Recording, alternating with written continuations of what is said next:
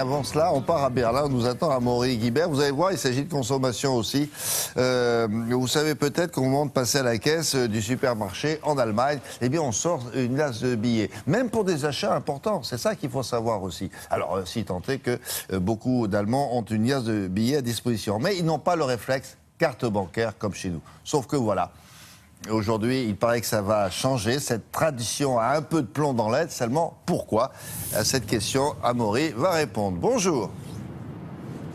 Bonjour William, bonjour à tous. Effectivement, une tradition qui a du plomb dans l'aile parce que la pression elle est de plus en plus grande sur les Allemands pour qu'ils abandonnent cette obsession du liquide. Un chiffre pour l'illustrer, alors qu'en France, la moitié des achats se font en liquide, et bien en Allemagne, c'est 80%. Les Allemands paient tout en liquide, les petites courses du quotidien, mais vous l'avez dit aussi, des achats beaucoup plus importants, une voiture, une caution d'appartement, ils n'hésitent pas à sortir du liquide, alors qu'en France, payer avec un billet de 500 €, c'est plutôt louche. Et bien en Allemagne, aucun problème, ce sont même les Allemands qui ont insisté pour que ce billet de 500 € soit créé à l'instauration de la monnaie unique. Alors il y a plusieurs explications à cette obsession du liquide.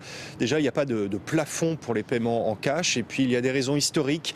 Les crises financières d'avant-guerre, la reconstruction après-guerre, tout cela a rendu les Allemands très méfiants envers le système bancaire et ils préfèrent toujours avoir sur eux des espèces sonnantes et trébuchantes. Mais les choses pourraient évoluer. D'abord parce que les jeunes Allemands sont de moins en moins nombreux à payer en liquide. Et puis surtout, les Allemands regardent un peu ce qui se fait autour d'eux, chez les voisins, et notamment au Danemark. Le Danemark, c'est un peu l'exact contraire de l'Allemagne en matière de paiement.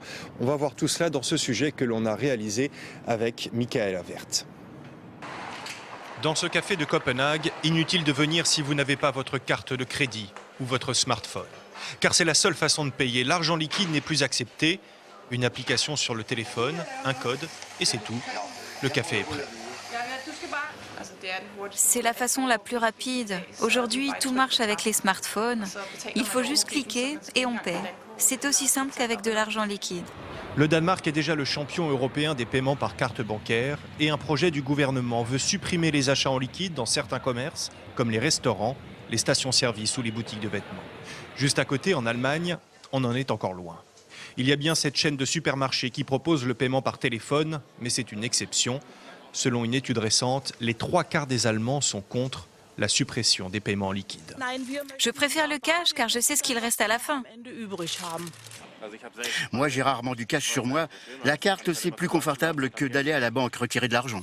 La fin de l'argent liquide n'aurait donc que des avantages. D'abord en compliquant énormément les activités des fraudeurs et des criminels. Ensuite, en facilitant la vie des consommateurs. Le client oublie plus souvent son porte-monnaie à la maison que son mobile. Et il peut utiliser la même technologie dans toutes les situations d'achat. Alors qu'en Scandinavie, payer par carte est devenu un geste naturel, les résistances sont grandes en Allemagne. Renoncer au paiement en liquide, ce n'est pas seulement une nouvelle habitude de consommation, c'est ici une vraie révolution culturelle. Amaury, une dernière question pratique.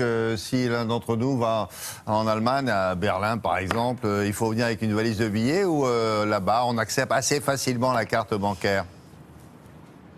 Alors, pour tout vous avouer, William, ça va être un petit peu compliqué. C'est d'ailleurs une scène assez récurrente dans les bars, dans les restaurants, dans les boutiques ici à Berlin. Au moment de payer, eh bien, le touriste sort sa carte bancaire et il ne peut pas payer. Ou alors des gens fraîchement installés dans la capitale allemande qui arrivent à la caisse du supermarché avec un chariot plein à ras-bord et qui ne peuvent pas payer avec leur carte bancaire. Je peux en témoigner. Alors, en fait, il suffit de faire comme les Allemands, c'est d'avoir toujours du liquide sur eux. Les Allemands ont en moyenne une centaine d'euros dans leur porte-monnaie et puis ils vont régulièrement à la banque pour refaire le plein. Si eux y arrivent, on devrait y arriver, mais attention, les cartes bancaires, celles que l'on connaît, ici, on ne connaît pas.